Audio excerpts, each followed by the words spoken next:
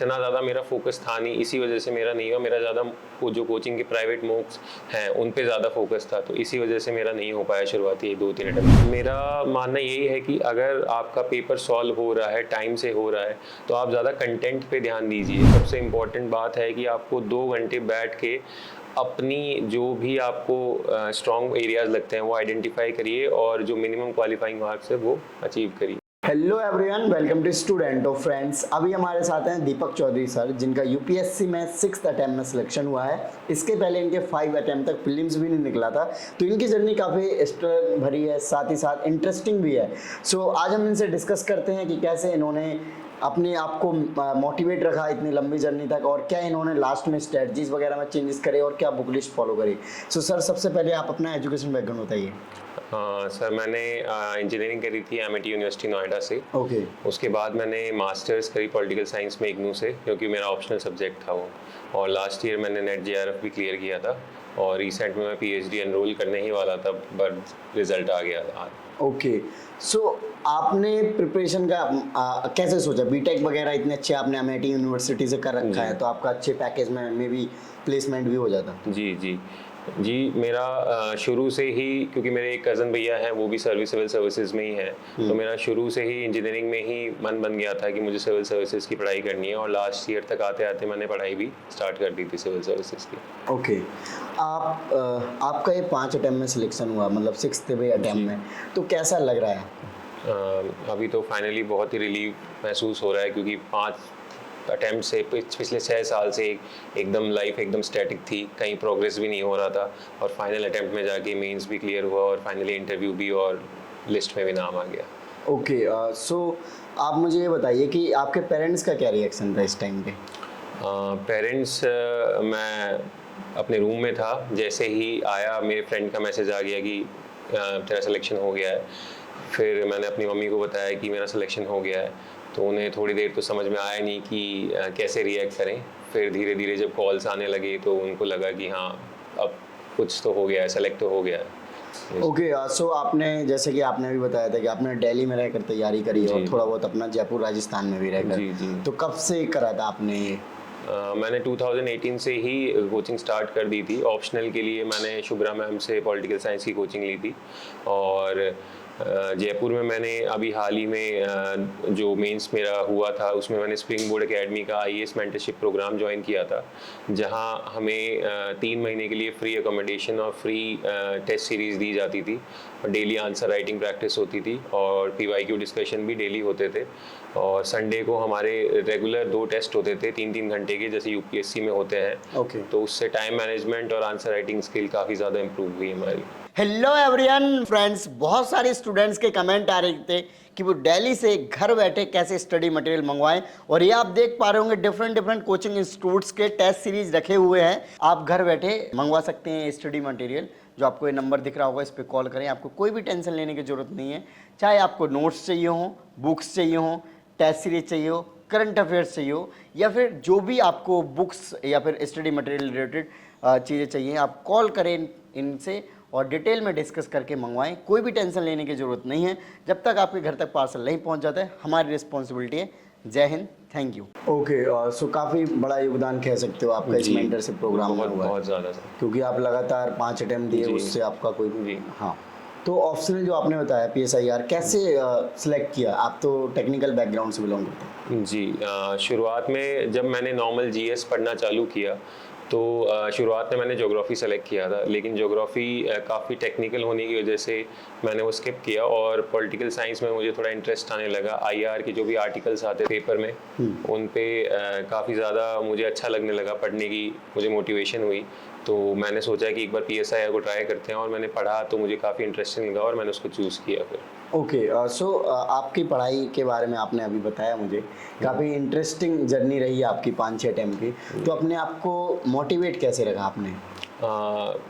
Motivate तो sir, मुझे जैसे ही शुरुआत के 2-3 अटेम्प्ट लगातार जब फेल होता गया, तो बाहर से काफ़ी ज़्यादा लोग बोलने लग गए कि अब शायद आप कोई दूसरा एग्ज़ाम देख लो या कोई प्राइवेट जॉब वापस कर लो। लेकिन कहीं ना कहीं मुझे 1% फेथ था कि एक बार अगर मुझे मेंस की लिखने का मौका मिलेगा तो मैं अपना 100% दूंगा, क्योंकि जब भी मेरा प्री नहीं होता था तो मैं मेंस की ही तैयारी करने लग जाता था कि जैसे एक सीरियस कैंडिडेट मेंस की परीक्षा दे रहा है, और जो यूपीएससी के पेपर आते थे उनको मैं घर पे बैठ के ही लिखता था जैसे मेन एग्ज़ाम ही चल रहा है। ओके, सो प्रीलिम्स के बारे में आप बताइए मुझे जी। कि आप पहले के अटेम्प्ट्स में कितने क्वेश्चन अटेम्प्ट करके आते थे और पहले क्या ऐसी गलतियां करते थे? क्वेश्चन मैं पहले शुरुआत के 2-3 अटैम्प्ट में काफ़ी ज़्यादा कम करता था, लगभग 70 से भी कम। मैं काफ़ी सेफ करता था कि जितने आपको आते हैं आप उतने ही करिए, और एलिमिनेशन टेक्निक और उन सब ज़्यादा पे मैं विश्वास करता नहीं था। लेकिन धीरे धीरे जब नहीं हुआ, मैंने देखे कि कैसे पेपर अप्रोच सॉल्व करना चाहिए, तो उसके बाद मैंने नंबर ऑफ अपने अटैम्प्ट्स बढ़ाए, और लास्ट टाइम जब ये 6th अटैम्प्ट था मेरा, इसमें मैंने 94 क्वेश्चन अटैम्प्ट किए थे। 94 क्वेश्चन अटैम्प्ट किए थे, तो क्या अप्रोच थी इस बार क्वेश्चन अटैम्प्ट करने की? आपको सारे नहीं आ रहे थे। हाँ। और इस बार तो ये भी कहा गया था कि एलिमिनेशन टेक्निक जो है जी, वो वर्क नहीं कर रही, जी। एलिमिनेशन को ही एलिमिनेट कर दिया यूपीएससी जी। में, कुछ इस तरीके से। जी, इस बार मैंने पीवाईक्यू को काफ़ी ज़्यादा एनालाइज किया, और मैं मतलब ये मानता हूँ कि एलिमिनेशन वो ख़त्म नहीं हुई, बस हमें एग्जामिनर का माइंडसेट अच्छे से पढ़ना आना चाहिए कि वो किस स्टेटमेंट में हमें फंसाना चाहता है। तो अगर आप पीवाईक्यू को अच्छे से एनालाइज करें तो आप जो इस साल का जो पेपर आया था, जैसे स्टेटमेंट वाइज वाले क्वेश्चन आए थे सेलेक्ट करने, तो आप इजीली उनको कर सकते हो सॉल्व। ओके, तो पीवाईक्यू आपने कितने साल के अटेम्प्ट किए थे? मैंने 1995 से लेके जो भी आए हैं उनको सारे अटेम्प्ट किए थे मैंने। ओके, एक और इंटरेस्टिंग चीज़ कि पीवाईक्यू आपने अटेम्प्ट किए हैं जी जीएस के और सीसेट दोनों के। जी।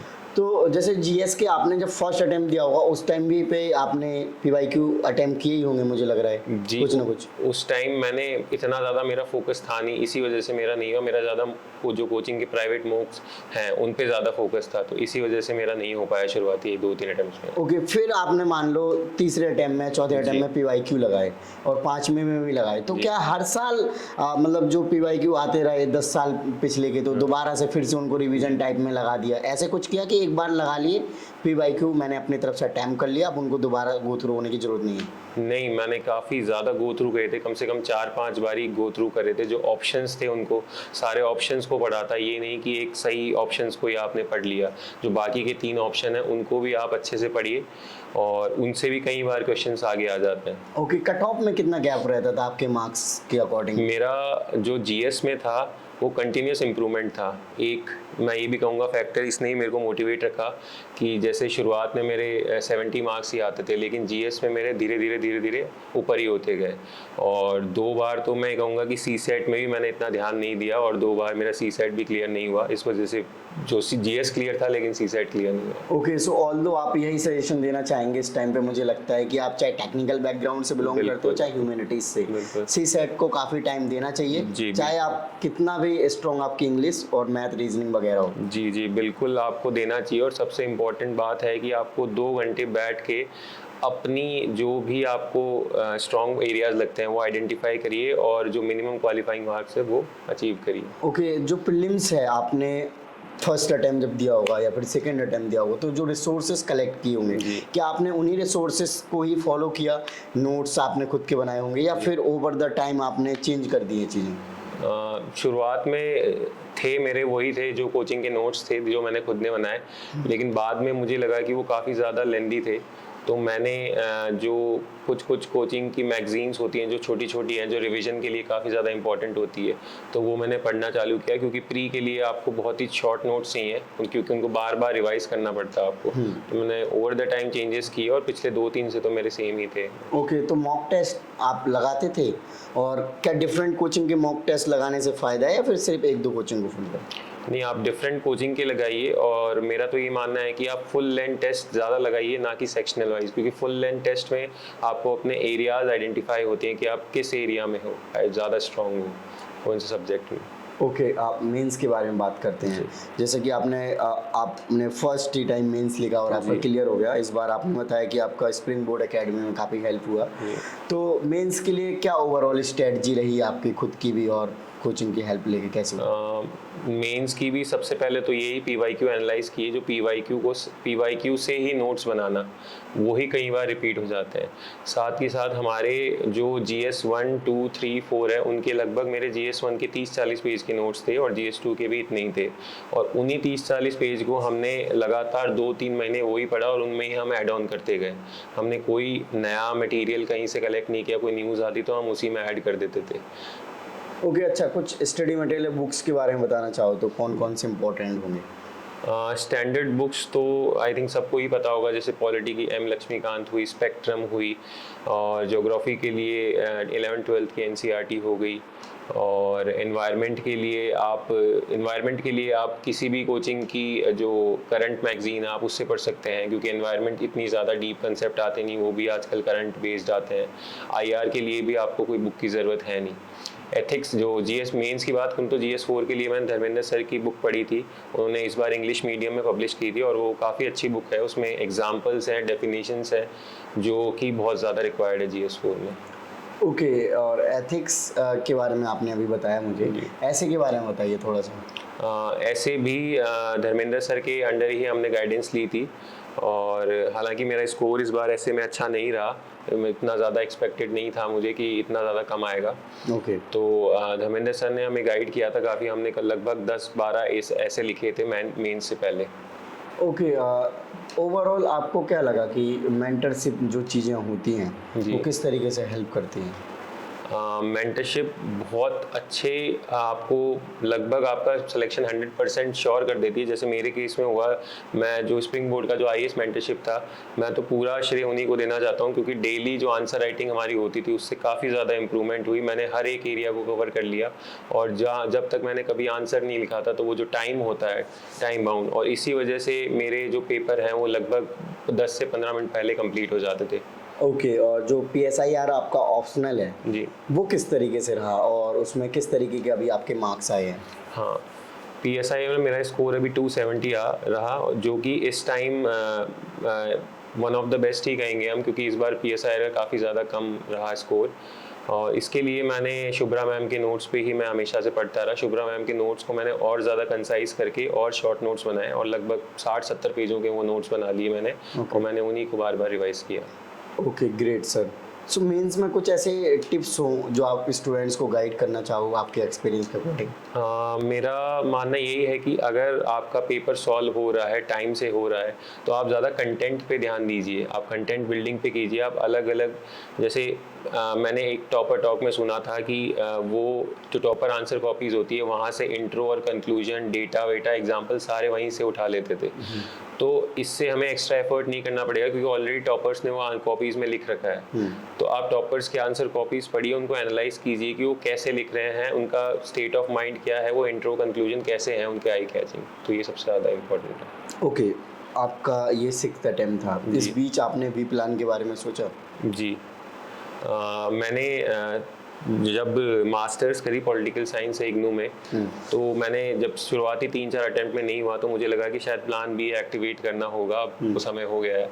तो मैंने मास्टर्स करी पॉलिटिकल साइंस में, और फिर मैंने फर्स्ट अटेम्प्ट दिया नेट JRF में, और उसमें मेरी 100% आई, ऑल इंडिया रैंक फर्स्ट आई।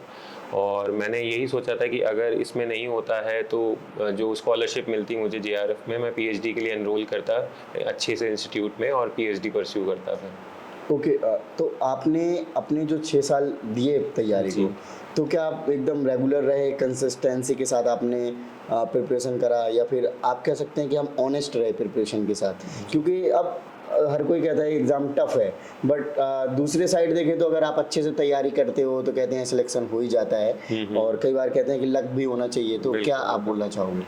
मैं कंसिस्टेंट था सर इस परीक्षा में पूरा। मैंने कभी भी, जब मेरा प्री नहीं हुआ तो मैं ऐसे नहीं कि नेक्स्ट टाइम अब 1 साल बाद ही पढ़ेंगे। मैं हमेशा से पूरा जो मेंस था सब मटेरियल कलेक्ट करके, साथ ही साथ मैंने इंटरव्यू की भी प्रिपरेशन करी, और इंटरव्यू में मेरे इस बार अच्छे मार्क्स हैं। ऐसा नहीं है कि केवल एक ही स्टेज की प्रिपरेशन है, ये पूरे तीनों स्टेज की है। और जहाँ तक बात लक की है, तो 6 अटेम्प्ट तक आते आते मुझे विश्वास हो गया कि लक तो फैक्टर बहुत ज़्यादा प्ले करता है आपके। ओके, तो आपके इस बार इंटरव्यू में किस प्रकार से मार्क आए हैं? हाँ, इस बार मेरे इंटरव्यू में 190 मार्क्स हैं। शुक्ला सर का बोर्ड था मेरा। ओके, तो आई थिंक ठीक ठाक मार्क्स बहुत, हाँ, अच्छे मार्क्स हैं। ओके, सो लास्ट में आप फ्यूचर जो एस्पिरेंट्स हैं उनको क्या मैसेज देना चाहेंगे? फ्यूचर रेस्पेंट को यही कि आप इतना ज़्यादा मटेरियल्स को खोजने में ज़्यादा इतना अपना टाइम वेस्ट ना कीजिए। आप PYQs हैं, वो गाइडिंग लाइट है आपके लिए। आप PYQs को रख के ही आप अपनी प्रिपरेशन करें।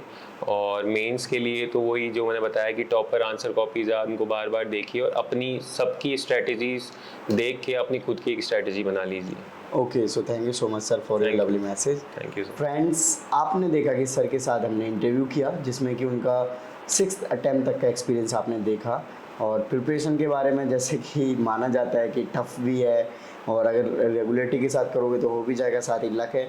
तो आप समझ सकते हैं कि तैयारी है जो आपको रेगुलर करनी पड़ेगी तभी सिलेक्शन होगा। सो आई होप आपको वीडियो अच्छी लगी हो तो लाइक करें। जय हिंद।